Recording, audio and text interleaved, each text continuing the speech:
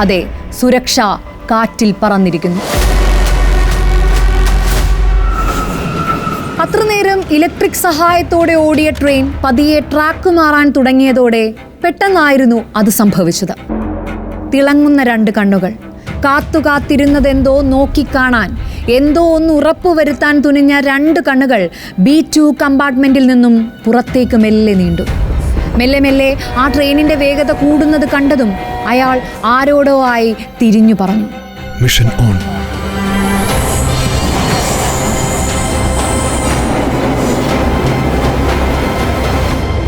രണ്ട് ദിവസം മുൻപ്, അതായത് ഓഗസ്റ്റ് 8 രാത്രി 9:05 സേലത്തെ വിവിധ ബാങ്കുകളിൽ നിന്നും ശേഖരിച്ച പഴക്കം ചെന്നതും കീറിയതുമായ നോട്ടുകളുടെ 342.7 കോടി രൂപ മൂല്യം വരുന്ന കറൻസി ശേഖരം സേലം ചെന്നൈ എഗ്മോർ എക്സ്പ്രസിൽ ലോഡ് ചെയ്യുന്നത്, അതും അതീവ രഹസ്യമായി. യാതൊരു തരത്തിലും ആളും ബഹളവും ഇല്ലാതിരിക്കാനും അങ്ങനെ അതീവ ജാഗ്രതയിൽ ജനങ്ങളെ ബുദ്ധിമുട്ടിക്കാതെ എന്നാൽ സൂക്ഷ്മമായി പണം നീക്കം ചെയ്യാനും ഉദ്ദേശിച്ചുകൊണ്ടാണ് ആ കെട്ടുകണക്കിന് നോട്ടുകൾ ഒരു SIയുടെ മാത്രം നേതൃത്വത്തിൽ 9 പോലീസുകാരുടെ അകമ്പടിയോടെ ആ ട്രെയിനിൽ കയറ്റുന്നത്. എന്നാൽ ഈ സുരക്ഷാ വലയത്തിന് തൊട്ടുമുകളിലായി ഒരു വലിയ ചതിക്കുഴി ഒരുങ്ങുന്നുണ്ടെന്ന കാര്യം താഴെ പാറാവു നിന്നവരാരും തന്നെ അറിഞ്ഞില്ല.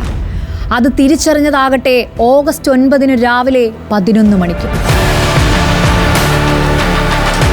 എന്തായിരുന്നു ആ 324 കോടിയിലധികം വരുന്ന നിധിയെ കാത്തിരുന്ന ചതിക്കുഴി?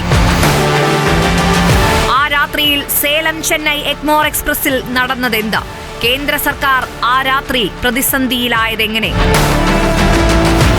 മുഴുവൻ കഥയും AI ദൃശ്യമികവിൽ കണ്ടറിയാം റിപ്പോർട്ടർ സ്റ്റോറീസ് യൂട്യൂബ് ചാനലിൽ.